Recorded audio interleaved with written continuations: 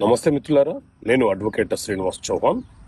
మిత్రులారా, ఒక కేసులోని విషయం ఏంటి అంటే, ఒక వ్యక్తి తన ఆస్తి పత్రాలను తాకట్టు పెట్టి అప్పు తీసుకున్నాడు.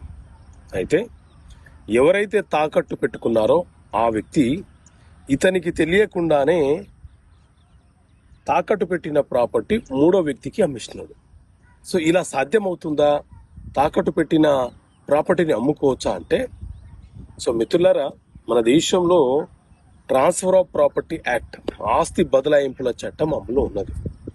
సో ఈ చట్టంలోని సెక్షన్ 64 ప్రకారంగా ఎవరైనా ఒక వ్యక్తి రిజిస్టర్డ్ మార్టిగేజ్ ద్వారా మన వద్ద అతని యొక్క ఆస్తి పత్రాలను తాకట్టు పెట్టి అప్పు తీసుకొని కాల పరిమితి లోపు తిరిగి వడ్డీతో సహా చెల్లించకపోతే మనము సూట్ ఫర్ ఫోర్క్లోజర్ అనే